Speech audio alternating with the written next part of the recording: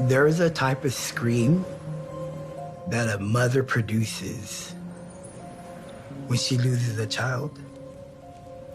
And when you hear it, you never forget it. I know the front door, I think, was here. The room was back over there in that corner. I walked into the room and I see my dad on his knees. He beckons me, come on, like, get in line. And I knew what he meant by that. Like, I was next. Every fiber of my body wanted to stop it.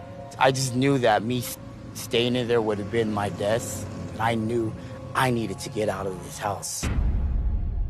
I had nightmares for a long time. I would close my eyes and see that image. At least one of the officers is broke down emotionally. I knew that this was going to be a big story.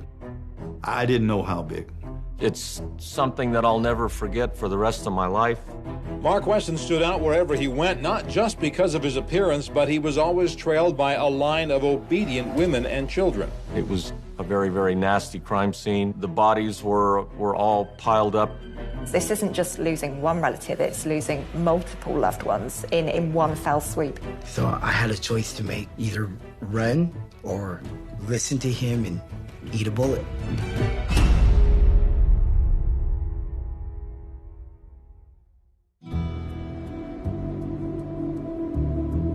Fresno it's hot. It's really, really hot. But it's a nice little farming town. We got the mountains a couple hours away. Serafino Wesson lived a nomadic childhood, but Fresno, California, always felt like home for him and his large extended family. There was 19 of us total. It was me and my brothers and sisters directly from my mom, and then my cousins. My mom's sister, she had 5 kids of her own, or maybe more. She liked the way my dad was raising us. Head of the household, Marcus Delon Wesson, was a deeply religious man who wanted his family to live a simple Christian life by adopting his values and rejecting modern America. He was extremely anti-government. He wanted to live that life of seclusion. An average day, we would be up at around between 6:30 and 7:30, and then we had 30 minutes to wash and get ready for the day. Then we would have another 30 minutes to eat breakfast, which usually consisted of a bowl of oatmeal with no cream. Wesson devoted his time to personally homeschooling all his children. In America, most families send their children to either public or private school, but it's not unheard of to see families that do homeschool their children. There are people that believe that they can do a better job and just want that control over what their children are learning. We had basic education, learning how to count, basic reading skills, basic writing. After dinner, we would say our prayer, which was usually a 2-hour session. Religion was very important to us growing up. He would sit in the middle of the room, and we would all be sitting, the little ones at his feet, and the bigger ones will be sitting on the couches. The girls on one side, the boys on the other side. But we would all be looking up towards him. He'll read from the Bible and break it down from his own perspective. Marcus Wesson would often move his family from one secluded place to another, keeping them away from the influences of modern life and prying eyes. He just kept us just completely isolated, like extremely isolated. He withdrew so he can have more privacy and more freedom to do as he pleased. Neighbors likely didn't know what to think about this family. They were not allowed to interact with other people around them. When they were outside, the women often had their heads down. They wore long black clothing, and they followed behind Marcus Wesson almost in a line as though following some sort of a master. So they really didn't have a lot of interaction with the people around them. With nothing to compare it to, the Wesson children were taught their lives were the ideal way of living. Most of my time growing up, I thought the Wessons were the cream of the crop. We were the best of the best. That's what he instilled in us. I saw us as the perfect family, the way all family members should be. Wesson taught his family that if they followed his teaching, they would be part of God's chosen people. Respect your elders and respect your mother and father. That was a commandment given by God, and if you were to ever break that, you would probably go to hell for it. He used to pound in our heads that there was going to be only 144,000 people that were God's elite. And to be that 144,000, we had to live a certain way. And that way was the way he said. But becoming part of God's elite meant living by some strict rules that meant males and females in the household had to be kept separate. We weren't allowed to be close to each other. The girls weren't allowed to interact with us. Even when we sat down, we were divided. The females would be on one side of the couch, and the boys would be on the opposite side of the room. He enforced it by, he used a lot of fear tactics. He had a couple of my older siblings who were, I guess you could say, his eyes and ears, his muscle. They were very devoted and dedicated to him. And whenever he wasn't around, they would enforce it. Anyone caught interacting with a sibling that we weren't allowed to interact with, they were dealt with harshly. So he'll take you in the room, and after a few hours of interrogating you, usually ended with you getting physically punished. The times that people were caught, examples were made pretty severely. So crossing that line just wasn't worth it. Serafino's mother, Elizabeth, often pleaded with Marcus to stop when punishments got out of control. My mother was a light in a very dark place. When she was around, he would not go as far as he would if she wasn't around. She would be in the corner with her TV and her coffee. She was the only one allowed to watch TV during the week. She'd just kind of be left alone. And there was a couple of times where my brothers or I did something that was kind of disrespectful to her, and we paid the ultimate price for it. Like, we paid severely for it. So he made it clear that we were never, ever to disrespect his queen. Despite the strict upbringing, Serafino and his siblings remember some happy times. Out of the blue, he would be like, let's go get cookies and ice cream, and let's go watch movies. And that was heaven. Because, you know, we went all week just being very restricted on our diet. We just went through this horrible time of getting ridiculed and punished and physically disciplined. And then out of the blue, he would throw this really fun idea at our feet. Or he'd be like, hey, everybody pack up and we're gonna head to San Francisco tomorrow. Living the life we did, doing things like that was equivalent to going to Disneyland for some kids today. Those were magical times. Fino recalls experiences where his dad offered to take all of the children out for an ice cream. And this is a picture-perfect image of family life. But this is a very, very deliberate tactic on Wesson's part. Because if abusers are abusive all of the time, that compromises them. That risks people basically deciding, I'm going to leave because this is just unbearable. But if that is littered with these moments that are enjoyable, that are regular and everyday, then that makes them a bit confused. And when people are confused, they're so much easier to control. In 1993, like the rest of America, the Wesson family were transfixed by events in Waco, Texas, when government forces tried to enter the headquarters of a religious cult headed by leader David Koresh. He idolized David Koresh. He used to go on these hour-long rants on how the government was closing in on people like David Koresh, godly men who are just trying to raise their family the way God wants them to raise it. And he loved David Koresh's teachings, and man, when that was going on, the news was on in our house 24/7. We would have long prayers, praying for David Koresh and his life and him coming out of it alive. After 51 days, the Waco siege ended, with David Koresh and 75 of his followers dead from suicide and murder. 22 of the victims were children. He saw David Koresh as him and something that he was most likely going to have to deal with. And my dad talked heavily about that day where we're gonna have to be killed might be around the corner because our way of life was being threatened by them. I didn't see it as a suicide pact at all. I viewed it as us saving ourselves from damnation.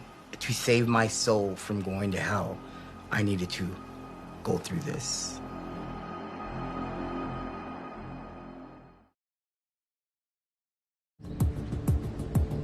In 1993, Marcus Wesson saw a kindred spirit in religious leader David Koresh, who was found dead alongside 75 followers after a standoff with government troops in Waco, Texas. If you look at it, they lived very similar lives, very similar. The teachings, everything. Wesson's decision to raise his family in a cruel and strict environment echoed his own upbringing.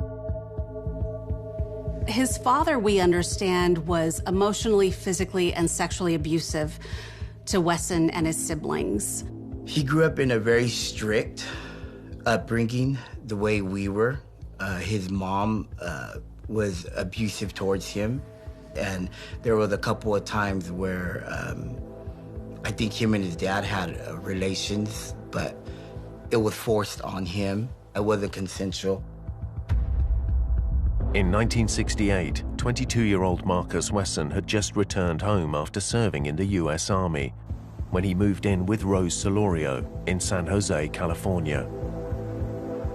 Rose was in her 30s and separated.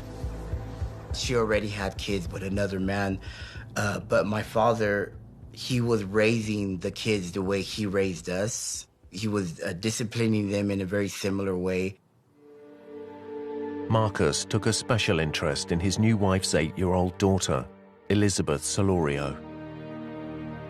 He met my mom at a very young age. He was married to her mom and basically told her, I don't want to be married to you no more. I want to marry your daughter instead. She gave my mother to this man and said, go ahead. Fino's mother was 8 years old when Wesson decided that he wanted her. And we look at this from the outside and it doesn't really make a lot of sense to us. Why did this young girl's mother give her to Wesson? But this situation, this dynamic within this house was far from normal. Wesson had become incredibly adept at control. He ran this household, he decided how things were going to be. And when we look at his role as a father, as a partner, those roles are not the same as we would look at them. For him, it's about ownership and possession and control. People are objects that he possesses. They are not individuals to love and care for and nurture. Poor woman, he had his claws in her at a very young age. I think it was between 11 and 14 is when he started having relationships with her. In August 1974, Wesson legally married Elizabeth when she was just 15. A few months later, their first child, Dorian, was born. As the family grew, they moved from place to place, living in a deserted army tent and an abandoned boat, where the children were told they had to stay below deck and out of sight. Marcus did such a good job of hiding these children from the community that often people didn't know about them. But if they got an inkling that maybe somebody was on to them or there was some sort of a legal problem at that point, he would up and move the family to a new place. That's when he started his life of seclusion and becoming extremely religious. As Wesson's religious beliefs became more intense, he wrote his own version of the Bible, and his imagination became increasingly bizarre. He had a few religions that he fused and created kind of his own. He was really very fascinated with vampires. Marcus Wesson was so obsessed with Jesus and vampires that he even named his youngest son Java for Jesus and vampires. He had this distorted view of religion. He felt that he, in some way, was a king or god and would even have the children refer to him in that way. By the time Serafino was born in 1985, 26-year-old Elizabeth had given birth to 10 children. He liked the idea of having his own kingdom, his own subjects. It was what I was raised in. I was born into it. It's all that I knew. That's the scary thing about being brainwashed. When we look at the kind of brainwashing that went on in this house, a key component of it is isolation, is keeping people separate from the outside world, ensuring that they don't see what the alternatives are to their realities. And the brainwashing seemed to be much more successful with the boys. That's no coincidence, because they have this patriarchal household in which the father is the figurehead. He becomes an aspirational character who they want to be like.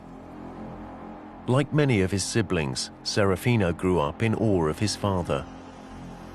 I literally idolized him. Nothing he can say or do would ever be wrong in my eyes. I was ready to literally die for the man. I would have easily given my life for him. I was ready for it.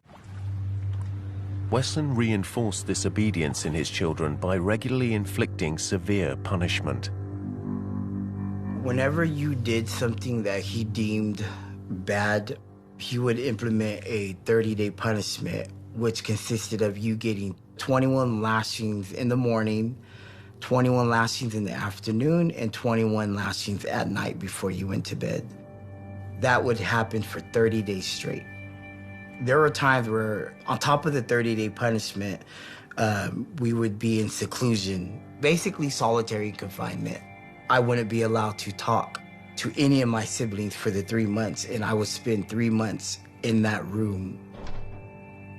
That did a lot of damage.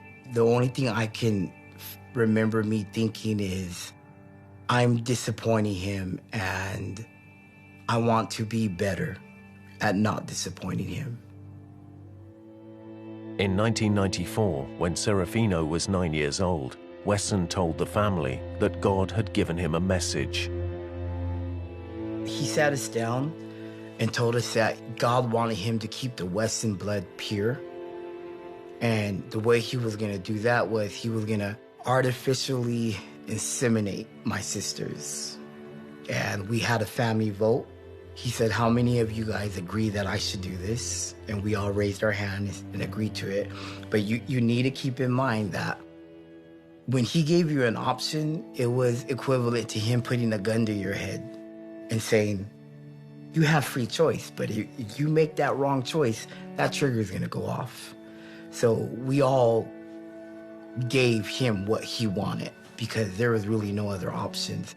His goal was to have as many children as possible and to keep those children within his bloodline because he felt that was the purest, most godly bloodline. He fathered children with 2 of my sisters, and he fathered children with 3 of my cousins. Some of them had more than 1 child. There was a total of 7 kids. For about a year, I legitimately thought that they got artificially inseminated, and that's what I thought they were doing. In 1995, when Serafino was 10 years old, he saw something that made him question what his father had told him. There was one incident where he waited until all of his boys were asleep and he turned on an adult movie, but I wasn't asleep, I was awake. And he kept pausing it and explaining to my cousins and my sisters what was going on, and he was being very graphic with it. And then he ended up turning off the movie and then taking all of them into the back room. And I'm laying there and I am hearing in detail what he's telling them to do to each other and what to do to him. Then suddenly it got real quiet, and then I hear him tell one of my siblings to go check and see who's awake. Getting caught in that moment would have been suicide. By 2003, two of Serafino's cousins, Ruby and Safina, were so traumatized by the abuse they suffered, they left the Wesson home. They were tired of living the way we were living. He was basically raping them and molesting them, and they knew what he was doing was wrong. So they ended up leaving, but if them leaving came at a high price, he took it out on the rest of us. And we ended up hating them because they left. Despite Ruby and Safina leaving, Wesson refused to allow the pair to take their own children with them. When my dad fathered kids with my sisters and cousins, he made a pact with them that when the kids turned, it was either 10 or 12 years of age, they were able to leave the house and take their kids with them. That was a deal, an arrangement he made with them. Well, that time had passed. By mid-2003, the Wesson family had moved into a property at 761 West Hammond Avenue, Fresno. On March the 12th, 2004, 19-year-old Serafino and his brother were out for the day, unaware that their lives were about to change forever. It was a beautiful, sunny day. Me and my brother were heading to go see a movie, which my dad knew nothing of. When Serafino and his brother arrived home, they found a large crowd gathered outside. Our friend is driving us back. I hear him say, "Oh shit, hey, what's going on here?" At 3:29 that afternoon, police officer Kurt Smith had received a call to attend an incident on West Hammond Avenue. I had just finished a routine call, and another officer was handling a child custody dispute call, and he came on the radio and asked for emergency assistance at the Hammond address.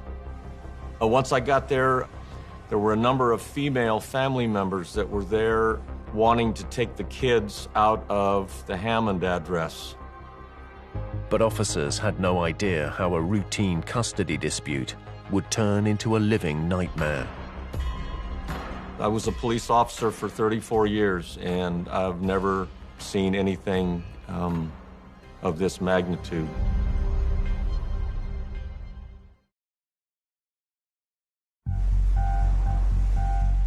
At 2:15 p.m. on Friday the 12th of March 2004, police had been called to the Wesson home at 761 West Hammond Avenue, Fresno, after Marcus Wesson refused to hand over children to their mothers, Ruby and Safina. They were kind of in the front yard area there, and they were extremely distressed, extremely upset. News crews had already arrived at the scene and were trying to work out what was happening. Police at this point thought it was just some sort of a custody dispute. Wesson's son, Serafino, had just returned from the cinema. Immediately, I knew what was happening because prior to that day happening, my dad was in contact with my cousins, and they were telling him that they wanted their kids, and they brought in a tiny little army with them. The females that were there to pick up the children were quite upset, quite hysterical. The family members said that there was a chance that Marcus Wesson would kill the children. In the back bedroom of the house were 9 of his children: Sabrina, 25, Lisi, 17, and 7 younger children aged between 8 and 1. But without the correct warrant, police had no powers to enter the property. There was no emergency at that time. All we had was an allegation that he was going to harm the children. So the man was in his own house, and as a police officer, I can't go in that house without a warrant or without an emergency situation coming up. While his cousins and the police waited outside, Serafino ran inside to check on his family. I remember running past my dad, and he's so freaking calm. He looks at me, he goes, "Hey, Fino." I go, "Hey, Dad, what's going on?" He goes, "Nothing, you know your cousins. They're here to start trouble." And I said, "Are the kids okay?" He's like, "Yeah, they're fine, mijo, go check." So I duck under his arm, and when I go into the back room, I open the door and I see one of my sisters digging in a black bag, and we all knew what that black bag held. It was a gun. And I see all the siblings, they're alive and well. They're all standing there, looking nervous and scared. And I look at them like, you guys will be fine. And I run back outside and I tell my cousins, calm down, there's nothing wrong, they're fine. My dad's telling me not to let anybody in the house. So I said, okay, I'm doing what I was always taught to do. So I stood in the doorway. At 3:30 p.m., Serafino was standing guard at the door. Wesson went back into the house, and there was a tense standoff as he refused to communicate with officers. All of a sudden, Marcus Wesson just turned and disappeared into the house and went into one of the back rooms and closed the door and was not responding to anything. By 3:45 p.m., the area was cordoned off, and local news teams were broadcasting live updates. The scene was absolute chaos. There were family members outside screaming. The police were on site trying to get into that home. We did not really know what was going on because they had everything blocked off so far away. And my cousin ran up and she looks at me and she tells, her face is white, like really white. And she looked at me and said, Fino, you know what he's capable of. Go check on them. And I said, they're fine. I just came back. She goes, no, where is he at? So I turn and he's not behind me. So then my stomach drops because I thought he was standing behind me. At around 4:40 p.m., Serafino Wesson made his way into the back bedroom of the house. I opened the door and I see my dad. He's sitting on one knee. He has a child in his hand. He has a pillow over the face.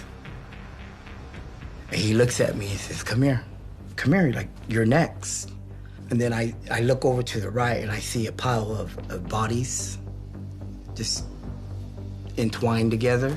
And I look down and my sister's laying there and she forms the words, help me, because she's being held down.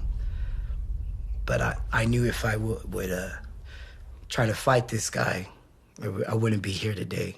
So I had a choice to make, either run or listen to him and eat a bullet.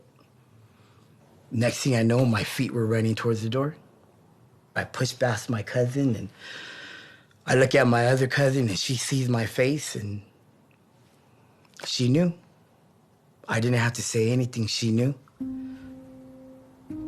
There's a type of scream that a mother produces when she loses a child.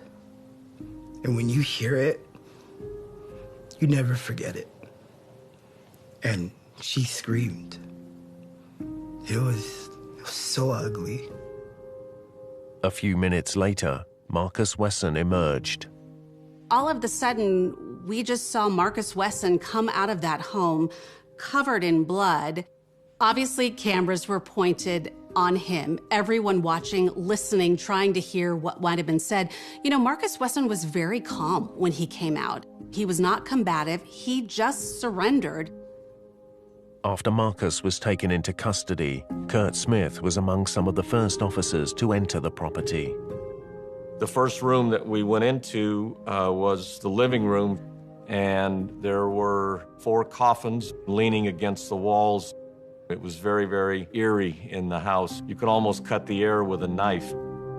As we began to see the officers go inside the home, many of them would come out just visibly distraught. These are big men, right? Big, tough police officers. They're trained to be tough. They were coming out in tears.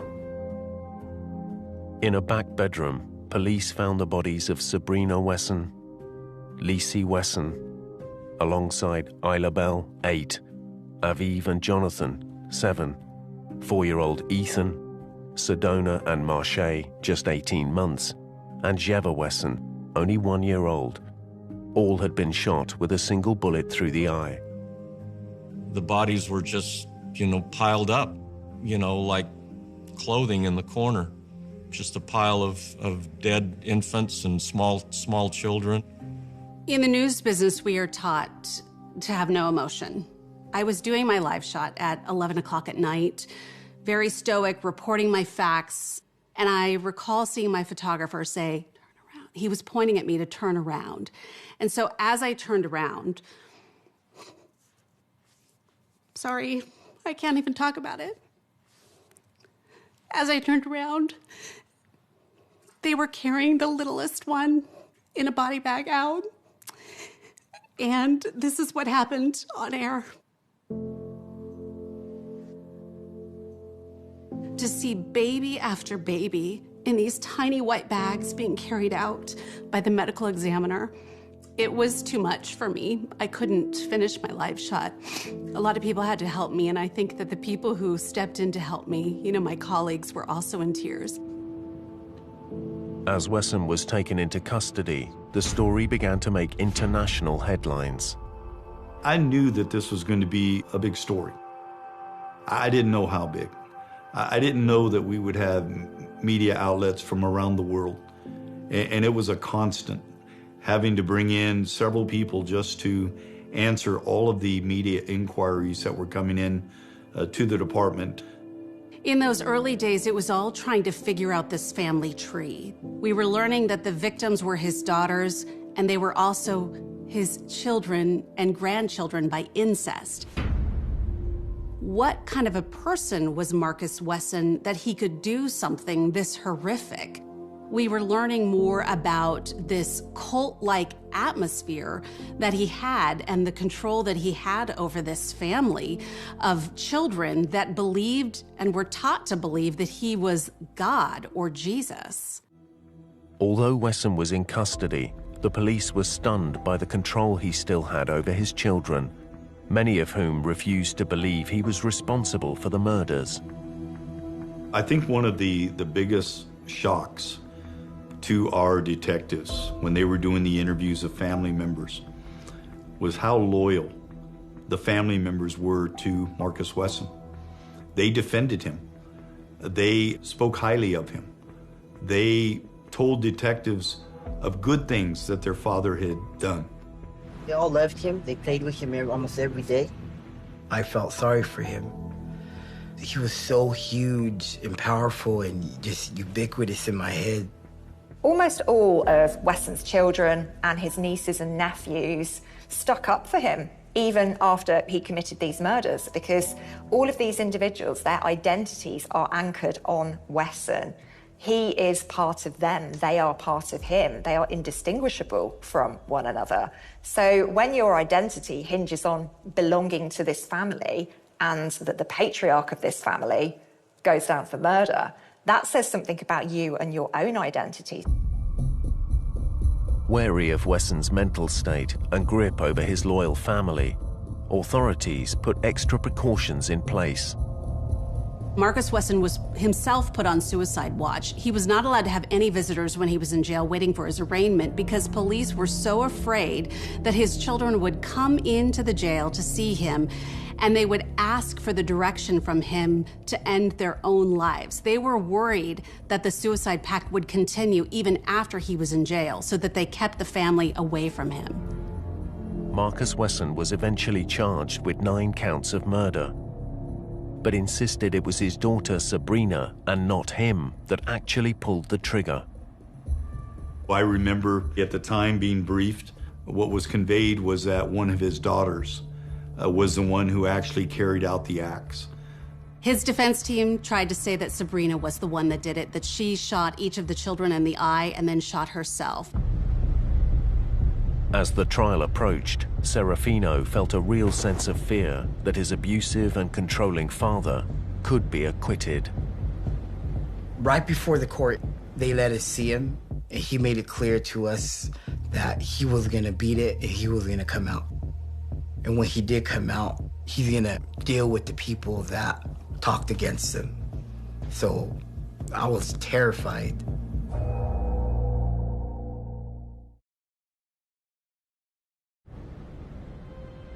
On the 3rd of March 2005, Marcus Delon Wesson stood trial for the killing of 9 of his children. It was the biggest murder trial that Fresno had ever seen.